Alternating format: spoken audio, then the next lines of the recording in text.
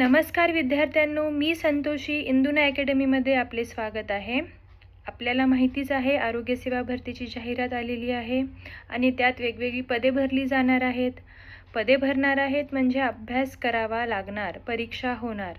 तर या परीक्षेची तयारी नेमकी करायची कशी? ठीक आहे, यामध्ये कोणते कोणते विषय असतील आणि त्या विषयांमध्ये महत्त्वाचे टॉपिक कोणते असतील आणि PYQ काय असेल, या सगळ्या गोष्टींची सविस्तर माहिती आपण आजच्या व्हिडिओमध्ये पाहणार आहोत। तर त्यासाठी हा व्हिडिओ शेवटपर्यंत नक्की पहा। आपण या व्हिडिओमध्ये डिटेल सिलेबस पाहू अबाउट जनरल सिलेबस। ओके, जो जनरल सिलेबस असेल, जो सगळ्या पेपरमध्ये सहसा विचारला जातो, त्या सिलेबसमध्ये नेमकं काय काय असतं आणि काय काय टॉपिक्स आहेत त्याबद्दल आपण माहिती पाहू। पहिला विषय आहे जनरल नॉलेज। जनरल नॉलेजमध्ये तुम्हाला विचारलं जातं महाराष्ट्र आणि भारताबद्दलची माहिती। त्यामध्ये मुख्यतः जे टॉपिक विचारले जातात ते म्हणजे भारताचे संविधान, महाराष्ट्राचा इतिहास, सरकारी योजना, धरणे, किल्ले, नद्या, अजून अशी वेगवेगळी जी माहिती तुम्हाला भारताबद्दल आणि महाराष्ट्राबद्दल असेल याबद्दल तुम्हाला विचारलं जातं।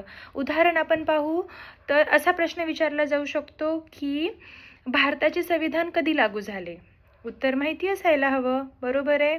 तर कमेंटमध्ये मला नक्की सांगा की या प्रश्नाचं उत्तर काय असेल। दुसरा विषय असेल आपला चालू घडामोडी, करंट अफेअर्स।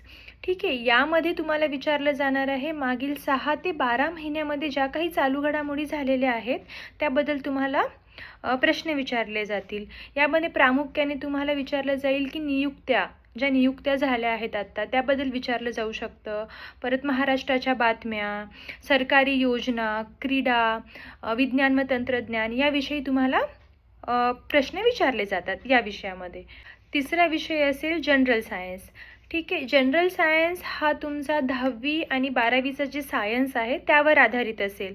मुख्यतः यामध्ये बायोलॉजी, केमिस्ट्री आणि फिजिक्स याबद्दल विचारलं जातं। आता आरोग्य सेवाची भरती आहे म्हणजे जास्त कल हा बायोलॉजी आणि हेल्थच्या रिलेटेड जे सब्जेक्ट आहेत त्यावर दिला जातो। ठीक आहे, चौथा विषय असेल मॅथेमॅटिक्स। मॅथेमॅटिक्स हे बेसिक मॅथ्सच असेल। यामध्ये तुम्हाला बेसिक गोष्टीच विचारल्या जातील, जसं की पर्सेंटेज विचारलं जाऊ शकतं, profit and loss, ratio and proportion. ठीक आहे, असे काही क्वेश्चन तुम्हाला विचारले जाऊ शकतात। इझी आहे, मॅथ्स अवघड नाही आहे, हे तुम्हाला 10वीपर्यंत झालेलंच असतं। फक्त तुम्हाला काय करावी लागणार आहे, या विषयाची जास्त प्रॅक्टिस करावी लागणार आहे। पाचवा विषय जो असेल तो असेल रिझनिंग। ठीक आहे, रिझनिंगमध्ये जे टॉपिक्स विचारले जातात तो म्हणजे कोडिंग आणि डिकोडिंग। ठीक आहे, कोडिंग आणि डिकोडिंगवर विचारलं जातं, ब्लड रिलेशनवर विचारलं जातं आणि डायरेक्शनबद्दल पण प्रश्न विचारले जातात। परत नंबर सिरीजवर क्वेश्चन विचारले जातात। ठीक आहे, हे काही महत्त्वाचे जे टॉपिक्स आहेत रिझनिंगमध्ये ज्यावर प्रश्न नेहमी आणि नक्की विचारतात। आता पाहू आपला सहावा विषय जो असेल तो असेल मराठी व्याकरण, जो आपण 10वीपर्यंत शिकलेलं आहे।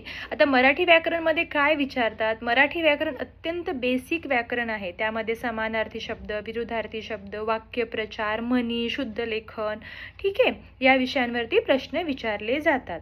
आता गणित आणि मराठी हे दोन्ही विषय अत्यंत सोपे विषय आहेत आणि हे दोन सब्जेक्ट तुम्हाला आउट ऑफ मार्क देऊ शकतात। ठीक आहे, यामुळं या विषयाचा कंटिन्यू अभ्यास ठेवा। जर तुम्हाला या सिलेबसची स्टडी कशी करायची त्याबद्दल एखादी स्ट्रॅटेजी पाहिजे असेल किंवा बाकी जो सिलेबस आहे त्याबद्दल पण डिटेल व्हिडिओ पाहिजे असेल तर मला कमेंटमध्ये नक्की कळवा। आणि तुम्हाला जर व्हिडिओ आवडला असेल तर लाईक आणि शेअर करा आणि चॅनलला सबस्क्राईब करा। थँक्यू।